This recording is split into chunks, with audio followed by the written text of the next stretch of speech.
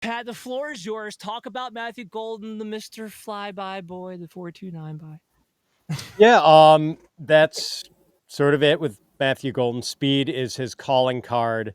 You know, came right into Texas after 2 years at Houston, sort of being admittedly a supporting player to Tank Dell.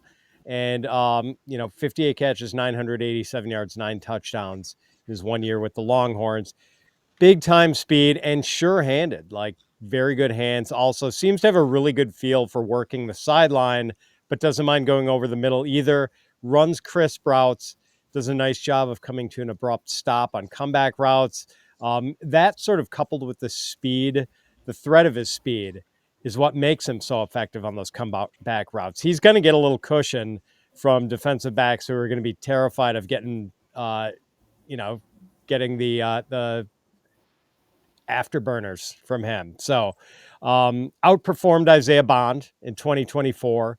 And like, I don't think we ever really saw fully what Golden could do at Houston because he dealt with some injury issues. So now we're seeing it. Now we're getting some first round draft buzz for him. And I don't know if he's ever going to be a guy who's a consistent wide receiver one in fantasy. But I do think he has wide receiver two upside, and he's always going to be a best ball uh, force because of that splash play potential. Okay. Look, everyone always loves the 429 guy, right? And right now, Pat, to your point, he is getting mocked like he's going to be the second receiver taken off the board right now. Like right now, it's Tet, and then Golden's sitting there like 20th overall in a lot of mock drafts. So the expected draft capital looks like it's gonna be there.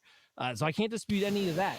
It just sort of bothered me to some point. Now, look, he was not expected to be the number one receiver, right? They brought in Isaiah Bond thinking he would be Xavier Worthy.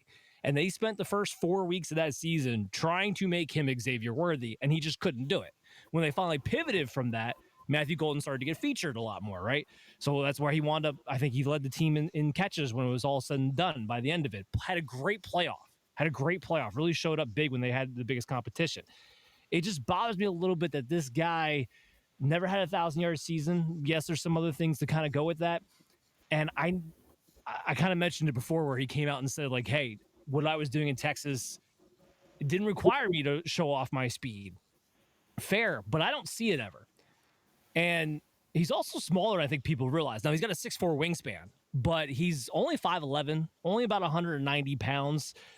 And I just see a lot of gaps in the nuances of his route running. I think he's a playmaker, but I also worry that he's going to be another, sub 4.3 wide receiver who gets drafted in the first round and then winds up not really performing to expectations.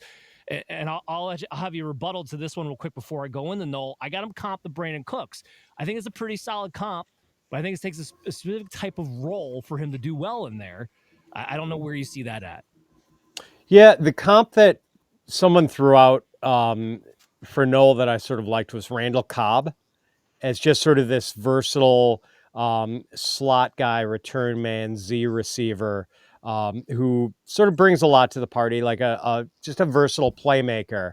I just like the top speed. I don't think is great for Noel, and like lack of physicality might be an issue for him. But he's a really good player. I like him. I mean, he's number 7 or 8 for me at worst. Well, just be clear, Brandin Cooks. I was throwing that out as Matthew Golden's comp. For Golden, Yeah, I'm I sorry. hadn't even got into Noel yet, actually.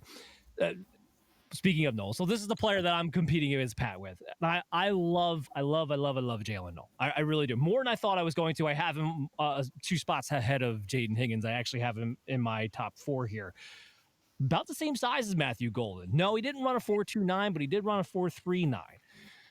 Where I don't have as many questions about Noel when it comes to Golden is the route running. Like I've seen Noel predominantly lined up in the slot, yes, but I saw him win consistently outside with the versatility that comes in the slot, and I have no questions about his versatility slot route running and his breaks in and out. I don't have any questions about that. He gets separation like crazy.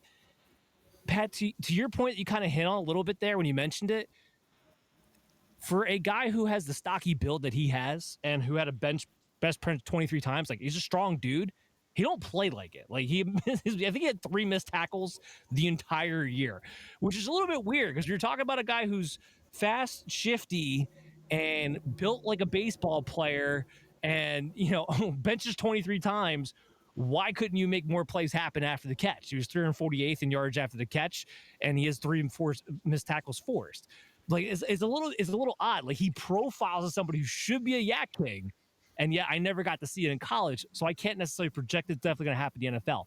But everything else about his route running, his shiftiness, I absolutely love it. The comp I had for Noel is Santana Moss.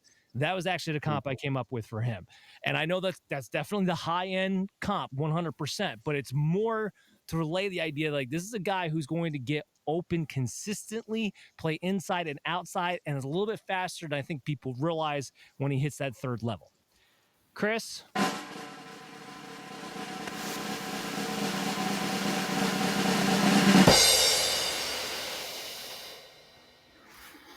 Yeah, this is going to be a tough one. I have Noel 6, and I have Golden 8, so there's not much separating in my book. For this argument, I'm actually going to go with Pat in the argument. While I had the rankings differently, Dan, I think Jalen Noel has a safer floor, and I think that's because you could have echoed a lot with I think the chance that Noel's going to be the slot receiver, more than likely he'll have a decent amount of volume and involvement. While there's some questions about Golden, what he can be, is he going to be moved in the slot, etc. What I think will want me for with Pat is that he talked about Isaiah Bond. This fantasy world and the NFL scouting community was building up Isaiah Bond this entire season for no reason. I still can't understand. But we kept hearing about Isaiah Bond. A lot of defensive coordinators are paying a lot of attention to Isaiah Bond. And when you watch Texas games, it became obvious not only to the team, but to watchers by the end of the season, Matthew Golden was the best receiver on that team. And I think that's what really impressed me. A guy that you talked about wasn't kind of utilized totally as well as he could have been in Houston. But I saw before that injury, Pat, I saw a lot of things that made me really interested in this guy and what he could actually do. So I do think is a guy that people kind of maybe are holding numbers against him, Dan, and I definitely understand that. That's why I have Noel ranked higher than he does right now. I trust Noel's route running. I see it already. But I think Golden has a little bit more upside, and I think Pat's argument kind of won me over on that one. I already left to the side of the ring. Fine, whatever. You can have it. No, it's going to be tight between those two. Golden, I will say this, is definitely going to have the better draft capital, which usually does help project better when you have that tight. Pat, I'm going to throw an audible on you here. I'm actually going to have you judge this next debate, if you would so kindly, sir. My pleasure. And get that in here because it's going to be Adam and Chase yelling at each other again because that's what they love to do. That's just what these two guys do every time they get together. It's just yell and scream at each other. I mean, Pat, you've been there for the expo, so here's a little funny background story for you there. We all shared a hotel room, 4 dudes in a hotel, 2 queen beds. Yeah, it was a lot of fun. But Chase decided he was just gonna snuggle up with Adam and nothing but tighty whities. That's how close these guys are. Oh, I love it. I can still see it in my brain. It's ridiculous. And for some, I guess Chase is not letting me put him in there now because he's like, you know what, screw you, Dan. Why'd you put me out there like that? There was an annual golf outing I used to do where it was pretty routinely the setup was we got like maybe 3 rooms between 12 guys, and it was everyone sharing a queen bed. So got to choose your bedmates wisely. Hey, I'm small and I'm secure in my manhood. I don't have to prove anything to anybody. I was fine. I was comfortable. I had to will say I'd prefer that than like sweating. If like you had like a bunch of clothes on and were sweating all over me, that'd be a way bigger issue. So for what it's worth, I think the trade-off was fair. It wasn't like I was nestling in or anything that we know of. All right, Chase. So you got Elic, Ayomanor, and Adam, you got Jalen Royals. Which one is better? Pat will decide. Chase, take it away. Yeah, Elic, Ayomanor, I guess is how you say it. It's a rough name to say. It's not going to be one that's very fun for the guys announcing games here coming up in the NFL. But I mean, just a guy whose size I like, whose competitiveness I like. I think Elic Ayomanor could have been much more had he been somewhere not called Stanford. Listen, he's a true X. He's a true X. He's a guy that uses his body really well. He adjusts to the ball, and he had to adjust to the ball all the damn time because quarterback play was terrible for him. But he uses that body well, not only to adjust to the ball in the air, but to shield guys off, on his underneath routes and when he makes his cuts. He's a guy that's got more build-up speed than he does quickness. But this is a guy that ran the 200 meters in high school. He was eighth. He was ranked eighth in Canada in the 200 meters, which again kind of goes to that long speed rather than necessarily that short quickness. But he's very good against man coverage. He can get off. He can get off of guys. He can fight guys. He can fight guys off for the catch if the catch is contested. He's got a real wide body. He kind of uses that to box guys out on those underneath routes there. Go back. We kind of mentioned it earlier with Travis Hunter when we were talking about Travis Hunter. Watch that game film of Stanford versus Colorado from 2023. Now it wasn't every single play Ayomanor versus Travis Hunter, but even when it was, he ran slant after slant after slant after slant after slant, and they could do nothing against him. And he ran one slant there where towards the end of the game, Hunter jumped the route. Hunter had the interception, and yet, like I said, used his body to kind of physical him away, box him out, still got the catch, and kept running with it. I really like that part of his game. He's got a limited route tree a little bit. Again, he's mostly slant, curl, go, slant, curl, go, slant, curl, go. But you know who else ran a route tree like that? Michael Thomas, and was very successful with it for a long time. So he does win in his other routes, though, and that's the thing. He ran a limited route tree. They used him in a limited route tree, but it wasn't because he can't run those other routes. He succeeds very well in the other routes. Look at his success rates in that tree. He does need to learn to sit in zone. He does need to learn how to find that kind of open area a little bit better than that. Maybe he wouldn't have to contest those catches, but he does separate reasonably well, I think, on his routes, despite the fact that he's got that less than ideal quickness. I think he manipulates his defenders well. I think he sees and knows where his leverage is, and he uses it well. And I think that'll translate to the NFL, even though he's not going to gain a ton of quickness. It's just not how that's just how his game is. There's times when, he runs a little bit before he secured the catch, but he's got strong hands though. I think he can get better in that regard. I think that I would rather have a guy who is physically capable of making the catch, but it's just maybe a little bit, he's dropping his focus a little bit because he's trying to run before he's secured the football. I think that's something that you can improve on, and I think that's something that can be coached out of him. He's a willing blocker. Again, speaking to his playability on the field, I do like him better in PPR formats as a possession receiver more so, but there's more there, I think, with the right offense. He's got a ton of ability. I think he's a guy that could really explode because, again, the limited usage in terms of the route tree didn't necessarily fully take advantage of his skills and the ability that he does have. Yeah, I'm gonna be honest. Ayomanor is a tough one for me. I ended up coming in on the extremely low end for him. I'm just gonna leave that there. But the problem with, I'm gonna caveat that, having said that, I think the best of him is a very good wide receiver. I just don't feel like I saw it very often. That best of it. I thought he showed up for the big matchups, and I thought a lot of the times, especially in terms of physicality, which I think, to your point, I do think he has long speed. For someone with that type of profile, I thought he only really brought in that physicality, the physicality at the line of scrimmage and getting down the field.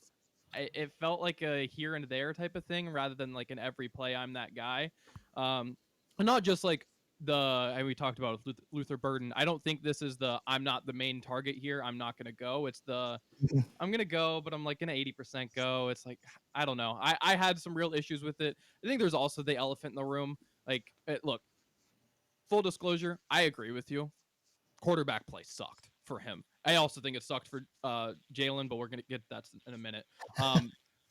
But boy, there's a certain point where you have to look past just the quarterback and talk about this drop rate, because it is the elephant in the room when it comes to Ayomanor. Like, it's bad. And it's not even just like, for a guy his size, I'd hope that the contested catches were better. We're sub 50% there, and there's a lot of them, especially down the field. He's a guy who projects as this deep threat, but in reality, he, just isn't consistently reeling them in, contested or not. And some of the short stuff underneath, there's definitely a little bit of concentration drops as well. I was really impressed with him as an athlete. But I came away still really disappointed because I thought that, at his size and at his weight, he would be a lot more physical than he is. It didn't really feel like that part of his game shined that often, which it did against Travis Hunter, which is kind of why I felt like it's more of an inconsistency and a consistent effort thing. Because I think he can be physical. He has the strength in him, just doesn't do it. And now the complete flip side of that is someone who, and Jalen Royals is smaller at 6'205", but I feel like consistently does play physically. I think what I was really impressed with him, he didn't get the opportunity to actually face press very often. But what you can see in contact, a couple yards down the field, is he never really gets pushed off balance. I think he has really good core strength and just can kind of shoulder through it and keep going. I don't feel like he ever gets knocked off of his route, which I think bodes well for the ability to. I think year one, he's probably someone that you want in a slot type gadget role, but I think in flanker as well. But I think eventually he could be a true outside receiver because I think he has I think his speed release is there. I think he moves his feet really well. And I think physically he has the ability to, but I don't think he's been taught or been tested in quite that way. There's certainly a level of competition to talk about here, but to be frank, Stanford's competition, especially this last year, wasn't very much to talk about either. So while I would give the nod to Ayomanor in that argument, I don't think that the gap is very large. So then when you look at the stats, you see that yards per route run, it's not close. It's Royals. Drop rate percentile, I mean, Royals isn't even that great, but it's still not close. Reception percentile goes to Royals again. Targeted QBR, way Royals. Ayomanor, actually, the targeted QBR was the lowest in this class at 29th percentile. It was not great. And then as athletes, look, the relative athletic score was better for Ayomanor, but frankly, I think that's only because he didn't do the shuttle and he didn't do the 3-cone. Otherwise, I think they'd be about the same. Royals was at a 9 and Ayomanor is at a 9.7, having not done those drills. And I think that those are the types of drills that he would have struggled in a little bit more. So he just hit himself, which rightfully so. I can't blame him for doing that. But just to point out, I think that they're, in terms of total package, I think they're a similar quality of athlete. So for me, Royals is just someone who I think he moves his feet a little bit better. I think he's a little bit more explosive after the catch. I think ultimately, in terms of like route tree, in terms of their release package, I think that they're similar. But then, catching inside, I thought Ayomanor did a lot better catching the ball away from his body, but when he got inside, it's kind of what I talked about with Higgins, right? Some of these bigger dudes struggle catching the body on the torso, and I thought that was a big issue with him, and I didn't see that as much with Royals, but he was also able to catch it on the outside. I thought he was overall a better separator, and again, competition, it matters to a degree, but still, I thought he was able to set himself up a little bit better there. So overall, I just liked him a little bit more. I know I'm probably one of the higher people on Jalen Royals, but he has been a riser for a lot of people. I'm really excited about what he can be and develop into in the NFL. So you like the late bloomer at the tier 3 school. That's all right. I can get that. I can understand. I can't wait to talk on this one. Hold on.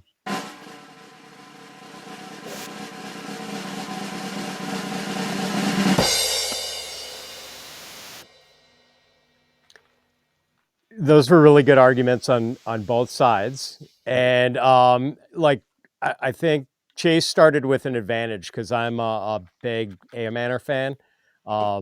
Maybe largely because of that game against Colorado, which I was watching at the time. And, although he did have, I think, like a 95-yard touchdown catch against one of the other corners in that game. And maybe like 2 of the 3 touchdowns he had were against other guys. But like of the 13 catches he had, 10 or 11 of them were directly against Travis Hunter. But yeah, like what you guys said, like pretty much aligns with what I saw. In a way, these guys are both pretty similar, kind of limited route trees, both really physical receivers. And I do maybe think there's a little more pizzazz to the route running with Royals, but and I also what Adam said really rung true about how it's funny how Ayomanor will like drop the easy one sometimes, but then there would be times when he'd run a slant and like, God, I'm trying to think the Stanford, Ashton Daniels. Was that the quarterback's name for Stanford? Ashton Daniels would like throw the slant directly behind him and like Ayomanor would snatch it like it was nothing. And it's like, man, how can he drop the easy ones and then make that grab? So, yeah, I mean, I guess I will give the argument to Adam. Just he also had the advantage batting second, getting to refute Chase's Ayomanor points and then make his case for Royals. But I thought you guys both gave very accurate descriptions of the players, and yeah, I'm not. Now that I think about it, like I should probably have these guys closer together than I do. But I just I do give Ayomanor a lot of leeway because of how pathetic the quarterback situation. It almost makes me want to throw all the numbers out the window for Ayomanor because like the Stanford quarterbacks averaged like 6.1 yards per attempt last year. Like it was pretty ugly. Yeah. So it's a good point there. I know Chris is dying to talk about Ayomanor a little bit. So go ahead, Chris. Well, it's not so much about Ayomanor. I have to talk about Jalen Royals. Jalen Royals is number 4 on my board. I love Jalen Royals. And I think the points that Adam could have brought up is the big difference in his splits. Look, Ayomanor weighs the same amount as Royals does, 206 versus 205. He's 2 inches taller. He ran a similar 40. The splits on the 20s was 149 versus 159, and you see that on tape. You see Jalen Royals can get off the thing. He can explode into right off the as soon as he gets the ball and make something happen. He had 7 catches of. I'm sorry, let's slow down for a second. He had 7 touchdowns of his 15 in 2023 over 50 yards.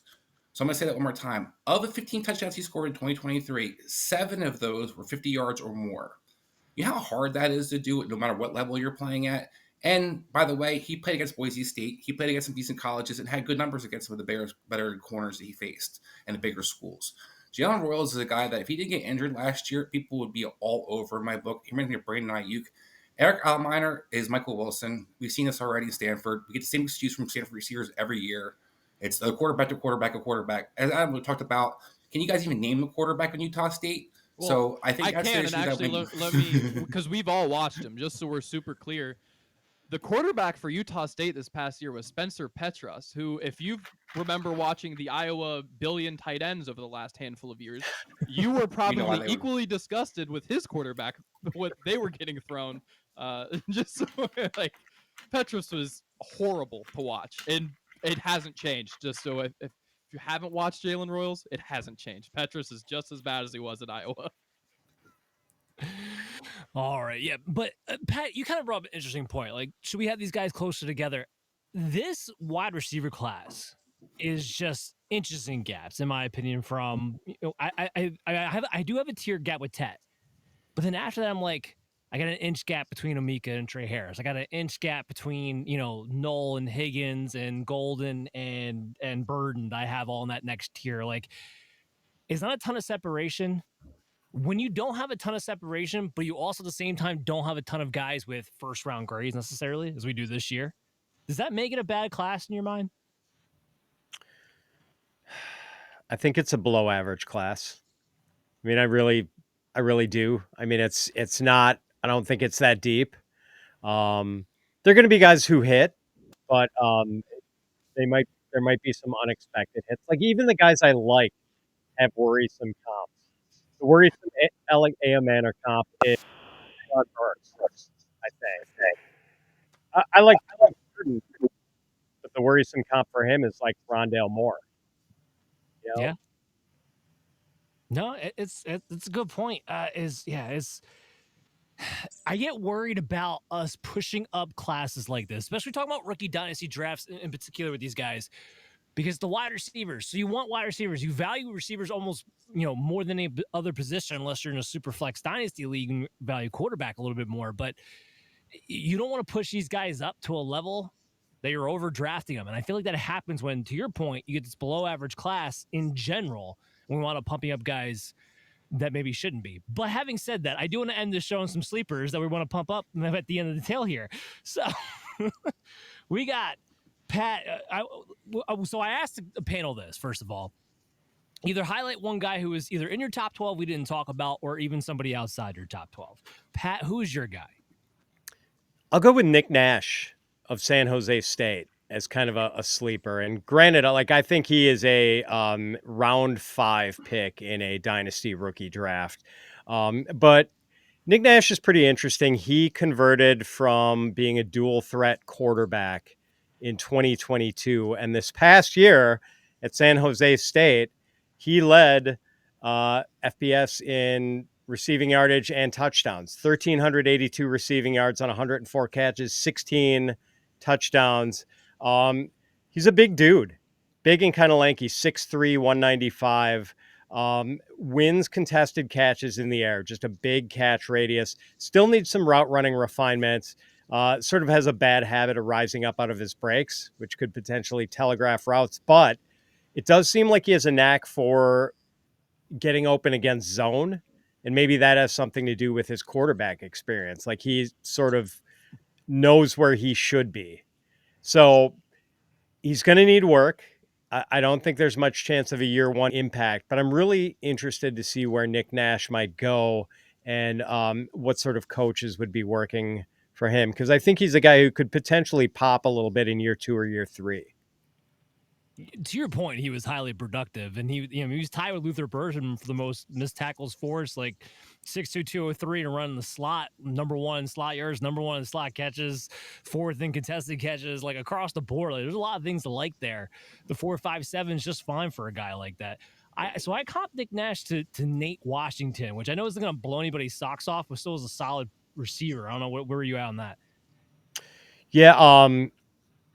Wait, Nate Washington? Are we talking about the dude from Steelers taking Washington? Yes. Was it Nate? What was his first name?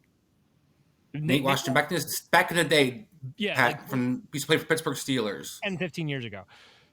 Okay. Yeah. So I'm just trying to remember. Was it the Washington who went to Oklahoma State? That guy? Yes. Yeah, I think he went to Oklahoma. Yes. I don't remember college he went to. So he was kind of a wasn't he kind of a smaller guy who was like a deep ball artist? Or So am I thinking of the wrong guy? You're thinking the wrong guy. Yeah, so more of a blocker guy, more of a physical, like dirty guy. He was 6 feet tall. He played a lot of slot receiver type of deal, highly productive, but really only wound up being a rotational player at the end of the day. Okay. That was Nate Washington. All right, yeah.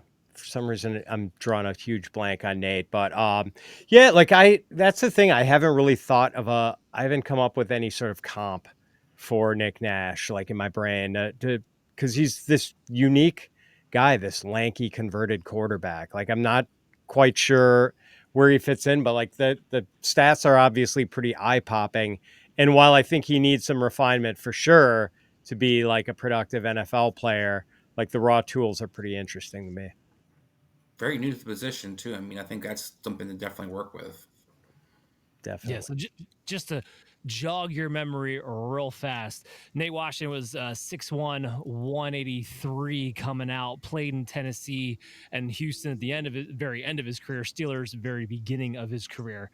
Just hopefully maybe jog your memory there. But anyway, so Nick Nash, love it. Day 3 receiver. We're going to be looking for some day 3 picks for sure. Who can pop on our lists? But we also got Adam, Chris, and Chase need to give the guy they wanted to highlight here. So, Chris, let's go with you. Who do you want to highlight? This is the guy that's in our top 12 that we didn't get to talk about, right?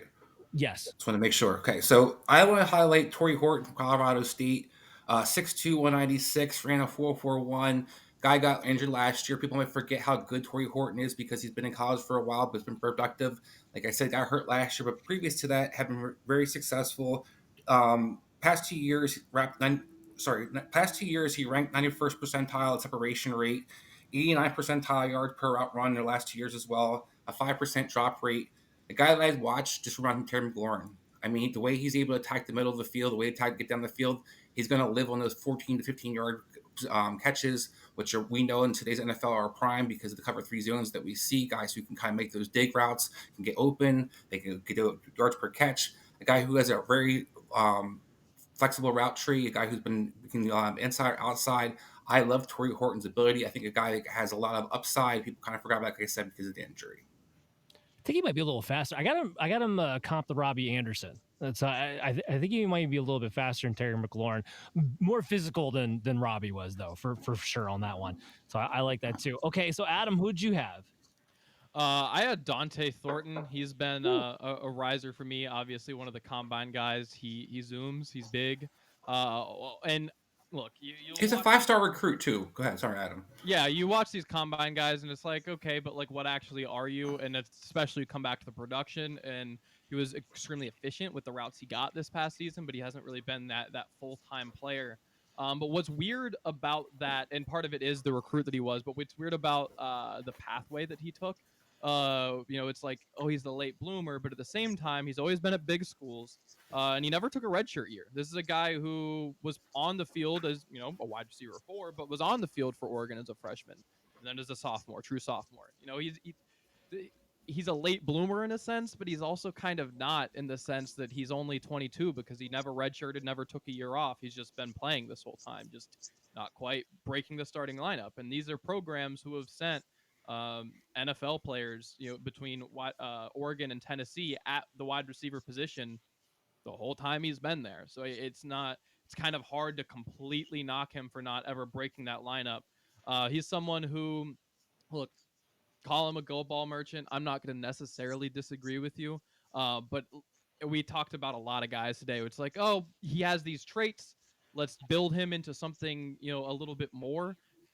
And you talk about building someone with traits into something more, like this is the guy in that capacity. Like, again, 6'5", 4'3". But I thought he could turn his hips a little bit better than I would have expected with that. I thought he could turn a little bit better. And it's not like he's, the most agile guy in the world, but I thought he could do it and move around a little bit and potentially learn to do other routes. I was also impressed with his core strength. He's not, look, he's lanky. Let's not get ahead of ourselves. But he's more physical than, again, you would expect that go ball guy who had 4 contested catches this past season, 4 attempts, 3 contested catches, actually caught, which, again, being a go ball guy, that's still pretty impressive, regardless of how fast you are, that you're separating like that. But, when he was given opportunities to catch the ball, shorter, like the Kentucky game, for instance, he was pretty physical. It took a second guy to get him down more often than not. So I was really impressed with, the possibilities of where that could take you. I don't know that he's someone who year one you expect a huge role for outside of being that guy going down the field. But I think, moving forward, he's someone who certainly can get up to speed really quickly. I think he's a great athlete, has the recruiting prowess, and maybe didn't have, the volume you'd like, but like the yards per out run was great. He wasn't dropping balls all over the place. Like, it's not like when he got on the field, he ever did anything bad. He just didn't, do as much as you would like. So someone who we talk about a project receiver, let's just go all in and get the one that has all the tools. Well, I was going to say he's definitely a project receiver. There's no doubt about that. And I have to say, look, while there's some reasons as to why he didn't always break on the field, you're a Tennessee receiver, a physical phenom, and you can't get more than 600 yards in that offense. I don't know how much I'm loving you with the Tennessee thing there, but a physical phenom nonetheless. Chase, you're up. Who you got? Well, guy I wanted to talk about was Jack Bech, the TCU senior. Guy that, listen, he's not, he didn't, test great in everything, but the kid just plays football. He's a good football player all around, well-rounded. He led LSU in receptions his freshman year. I know I just said he went to TCU. This is a guy who got on the field and contributed at LSU as a freshman. He's done some kick and punt returning, so he's versatile that way. He's willing to do what's needed to be done to get on the field to help the team out. He was second team All Big 12 this season, behind Tet McMillan and Travis Hunter, and Jordan Tyson of Arizona State. But I mean, it's harder to get a whole lot better than what he got in terms of his accolades there. Then he went out and he was a Senior Bowl MVP. had a great game in the Senior Bowl. And also, I mean, there was the compounded factor, the idea that he played in that game just a month after his brother was killed along with 13 other people in the New Orleans terror attack there. So the kid obviously has the mental fortitude to be able to play in the league. I think he's a strong receiver. He had 19 reps on the bench. That was one of the better scores at the combine there among wide receivers. He's got real good ball skills, and he uses that strength. He plays with physicality as a receiver. I would like to see that translate a little bit better to his blocking to help him get on the field, because he seems like the kind of guy that, because he's willing to do what needs to be done to get on the field, you'd think he's a better blocker than he is, but he hasn't quite shown that side to his game yet. But he's got, like I said, he's strong. He's got good hands. He doesn't show a lot of the focus drops that I talked about with my other boy, Ayomanor there. He's got late hands again, the sudden hands at the end there. He's quicker than he is fast. He only ran a 4.5, 540. But he's quick. He gets up to that speed quick, and he can get in and out of breaks. He can get open, and he's willing to fight for the football. Again, a guy that I like more in like PPR formats as more of a possession type guy. But I think he can rack up catches. I think he can rack up first downs if he goes to the right place. He also seems like the kind of guy that there will be a stretch of games at some point in his career where everybody loves him and wants him, and he gets way, way, way overspent for on the waiver wire, a la Jake Bobo maybe. But I think he's better than Bobo. I've seen a Puka Nakua comp here to him, and I think he could be that. I really do. I like Jack Bech. Yeah, I like him too. And it's funny enough, I actually put his teammate down as my receiver that I wanted to talk about, Savon Williams. Now, he's a project. There's no doubt about it. He's a project. But I just love watching this guy play with the ball in his hands. And there's only one comp to make. It is Cordell Patterson. My hope is that he'll be able to either one or the other. Either be able to develop his route running a hell of a lot faster, which play tight end. What I understand, no, he's not playing tight end. From what I understand, Patterson, his biggest issue was the mental aspect of the game of being able to read the defenses and learn the North Turner offenses. Whether that's going to be Savion's problem too, I don't know. Or do what Cordell did and move the running back faster than Patterson did, waiting until 10 years to do it. Either way, just do whatever Patterson did, just do it quicker, because this guy is phenomenal to watch. He had, 18 missed tackles forced. He played all the Wildcat formation. They just wanted to get him involved. I think about the Laviska Shenaults of the world, the Malachi Corleys of the world, the guys that they wanted to make those Debo types, make those tweener types, and always got too hyped up. I think Savon Williams is now a victim of everybody hyping those type of players and them not going off and not doing anything, because Savon Williams is more talented, more athletic than any of those guys running a 4.48 and a 1.52. So he's a raw prospect, but there's a lot to like with his athleticism, where I think he maybe does need to make the running back switch a little bit earlier. 8 drops. This wasn't a guy who got targeted a ton. He still had 8 drops this past year.